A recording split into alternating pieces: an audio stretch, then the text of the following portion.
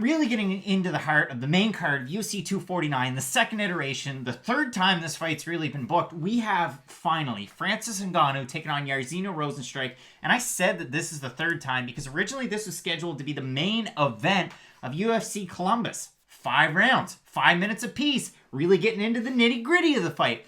Then it was rebooked for the April 18th iteration of the pay-per-view. Now we finally get it scheduled for May the 9th. And Matt, these are two of the hardest hitting heavyweights that we have in the UFC. Jairzinho Rozenstruik on a huge heater. He's won 4 in a row in the UFC. And you might say, well, you know, some of the early ones, Junior Albini, Alan Crowder, then you're taking on, you know, Andrei Arlovski to this point in his career, but really the telling win for Jairzinho Rozenstruik was he withstood the barrage of strikes for just about 5 total rounds against Alistair Overeem, and wabash, look at that lip of Alistair Overeem. He just continues to get lit up and posterized in the MMA version of things. It's unfortunate. And if we're talking about posters, Francis Ngannou put Alistair Overeem onto one of those posters, and it was a poster that really stamped his title shot to UFC 220 when he took on Stipe Miocic. Now, that was a long time ago. He lost the fight, kind of really shored up some of the holes in his game. Had that loss to Derek Lewis that I really discount at this point. It was a real tentative, not slugfest. Yeah. It was a snooze fest. It doesn't really count as a win for Derek Lewis, if we're being honest. But to this point, Francis Ngannou, Jairzinho Rozenstruik, hopefully we get a little bit of parity in this division that's logjam with Stipe Miocic and Daniel Cormier right up at the top. You got Curtis Blaydes, you got Francis Ngannou, you get a few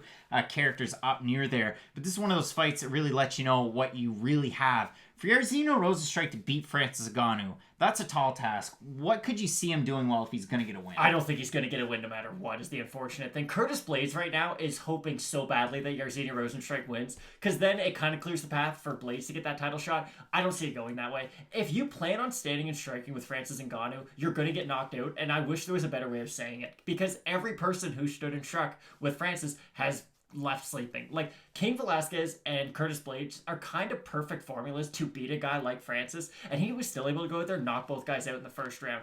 The Francis who's on this 3-fight win streak of Blaydes, Cain Velasquez, Junior Dos Santos, 2 of the 3 being all-time great heavyweights, and knocking them all out in the first round, which is insane. I don't think Jairzinho is better than any of those guys. I don't think Jairzinho is faster than Junior Dos Santos, even at this stage in his career. I think Junior's a little bit quicker. The one thing Jairzinho does that Francis doesn't, Jairzinho's an amazing kicker. He throws that really nice left high kick, and that's something Francis has to worry for.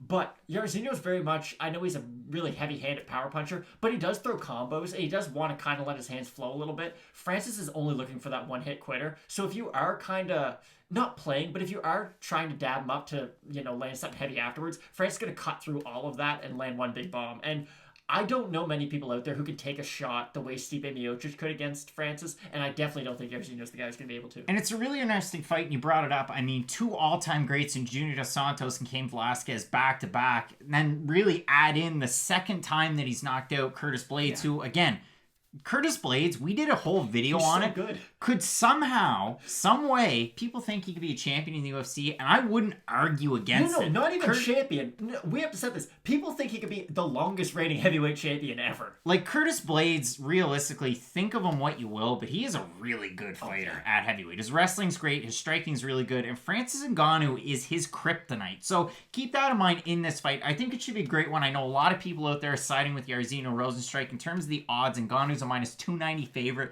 to Rozenstruik's plus 235 underdog status. Over on Tapology, out of 649 votes, 78% siding with Francis Ngannou, 85% are predicting a knockout win for Ngannou. I'm going to side with the crowd here. I know it's a gimme pick, but I really, really think that Ngannou is going to win this fight. And then it's just a matter of what's next. So one last thing. Isn't it wild that these are the last 2 like top tier heavyweights that we haven't seen knocked out? That's the craziest thing to me. Like, when a heavyweight fight ends in knockout, I'm always concerned for the person who gets knocked out, because these are 265-pound people hitting each other. We've never seen either one of these guys put down. So just the image of what if Jairzinho is able to go out there and knock out Francis Ngannou? I don't think I'm mentally ready to see Francis Ngannou get knocked out, so it's going to be a wild fight. Could be more exciting. You're going to have to keep tuning in, because there's going to be a lot of Fight Night Picks coverage coming out in the very, very near future. There's 3 cards in 8 days, and you can check out the rest of our UFC 249 playlist right over there. Really appreciate everybody tuning in. As we always say, Matt, Fight Night Picks. Let's get into it.